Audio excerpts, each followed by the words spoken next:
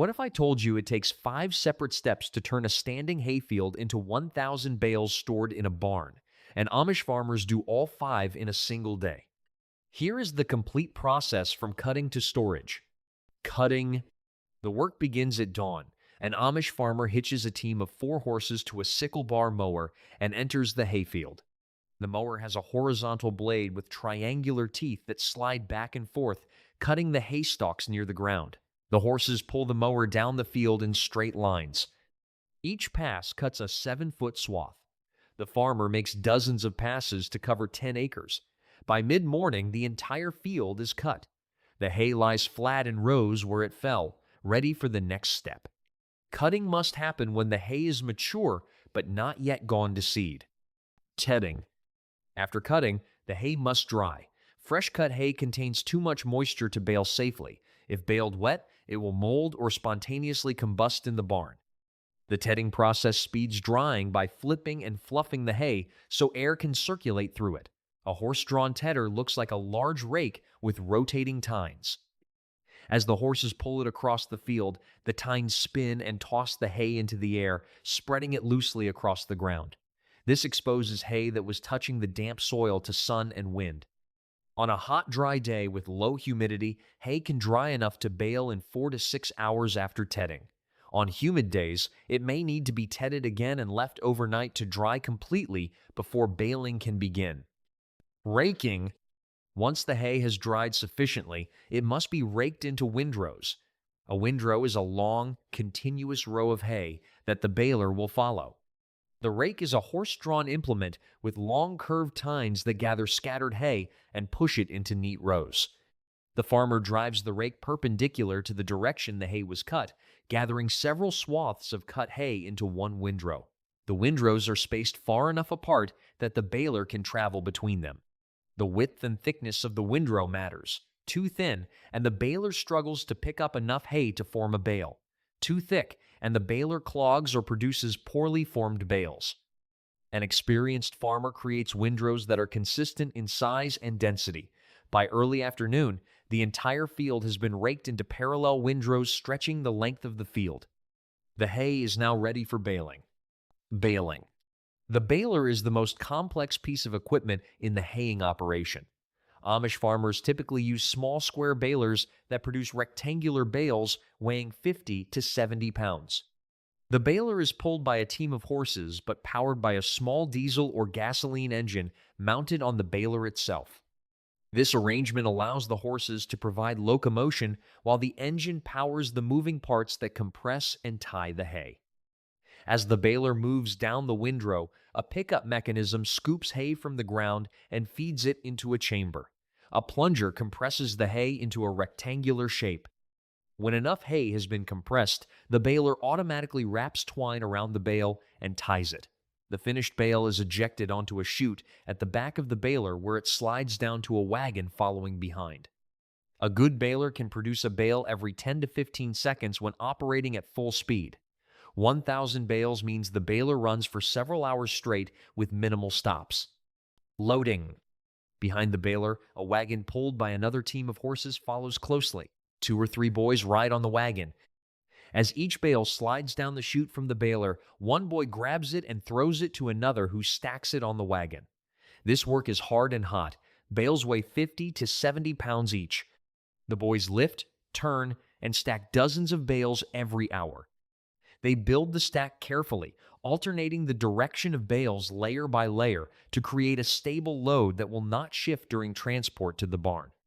A standard wagon can hold between 75 and 100 bales, depending on how tightly they are stacked. When the wagon is full, it leaves for the barn and an empty wagon takes its place behind the baler. Multiple wagons rotate throughout the day.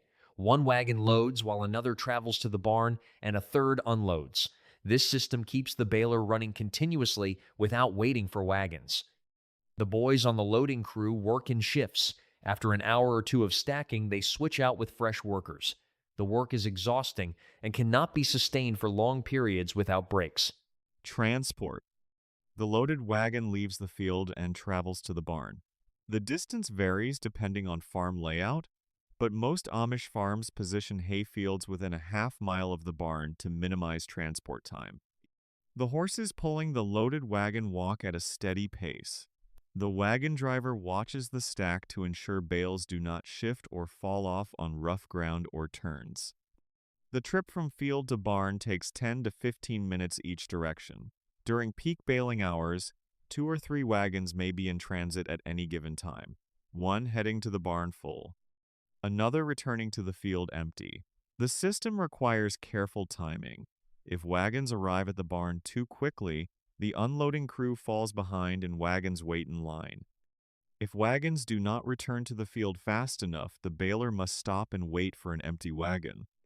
An experienced farmer coordinates the wagon schedule to keep both the baler and the unloading crew working steadily without delays. Young men or teenage boys typically drive the wagons. This gives them responsibility and allows older men with more experience to handle the more technical work of operating the baler or managing the barn storage operation. Unloading. At the barn, the unloading process begins immediately when a wagon arrives. The method depends on barn design and available equipment. Some Amish farmers use simple hay elevators. These are mechanical conveyors powered by small gas engines that lift bales from the wagon to the barn loft. Workers on the wagon place bales on the elevator one at a time. The elevator carries them up to the loft where another crew stacks them. Other farmers unload entirely by hand. One worker stands on the wagon and throws bales up to the loft opening. Another worker inside the loft catches each bale and passes it to the stacking crew. Hand throwing is faster than it sounds. A strong worker can throw a 60-pound bale 15 feet vertically with practice technique. The rhythm develops quickly. Throw, catch, stack. Throw, catch, stack. The wagon empties in 10 to 15 minutes. Speed matters because the baler is still running in the field producing more bales. Any delay at the barn creates a backup that slows the entire operation.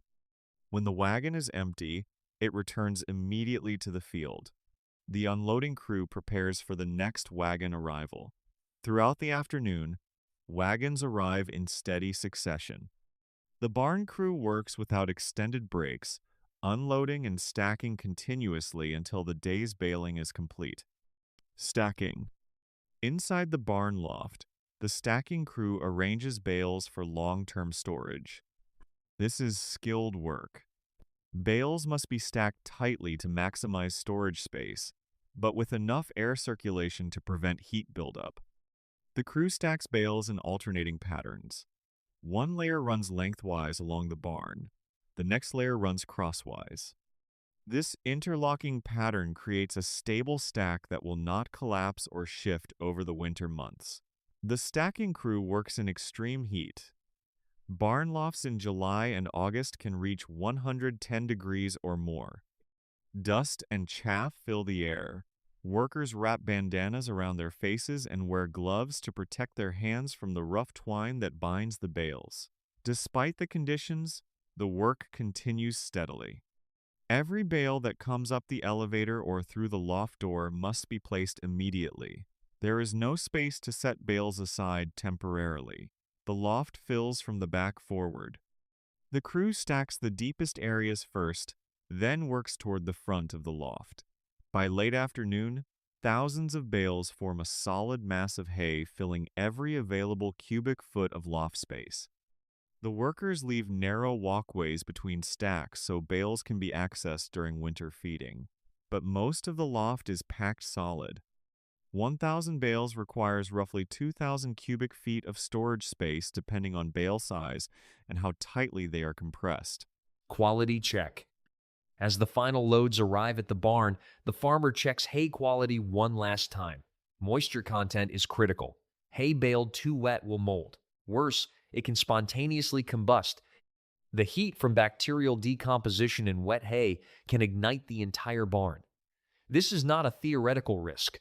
Barn fires from wet hay happen every summer in Amish communities. The farmer uses simple tests to check moisture. He breaks open several bales from different loads and feels the hay. Properly dried hay feels crisp and breaks easily. Damp hay feels pliable and bends without breaking. He twists a handful of hay tightly. If moisture appears, the hay is too wet. Some farmers use a more precise test. They insert a metal probe deep into a bale and leave it for several minutes. When removed, the probe's temperature indicates internal hay temperature. Cool means dry. Warm means active decomposition. Hot means danger. If any bale's test is too wet, they are separated from the main stack and placed where they can be monitored closely. In extreme cases, wet bales are removed from the barn entirely and left in the field to dry further rather than risk a barn fire. After confirming that the hay is dry enough for safe storage, the farmer closes the loft doors and secures the barn. The day's work is essentially complete. 1,000 bales cut, dried, baled, transported, and stored, all accomplished between sunrise and sunset. Cleanup. As the last wagon returns from the field, cleanup begins. Horses are unhitched from equipment and led to water. They have worked hard all day and need to drink and cool down before being put in stalls for the night. The baler is parked under cover and checked for maintenance needs. Knives are sharpened, twine supplies are restocked, bearings are greased, any repairs needed are noted for attention before the next haying day. Wagons are swept clean of loose hay and chaff. Rakes and tedders are stored in the equipment shed. The field is inspected one final time. Scattered bales that fell off wagons are collected.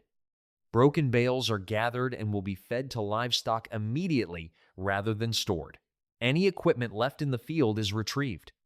The field itself is left with short stubble that will regrow if weather permits a second cutting later in summer.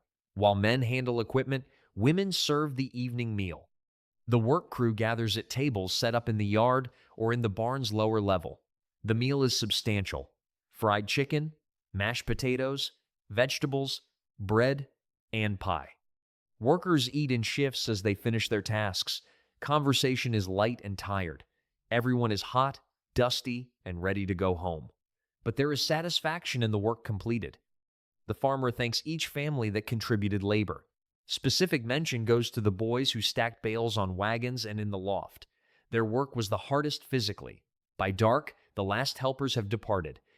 The farm is quiet except for the sounds of horses in the barn and livestock in the pastures.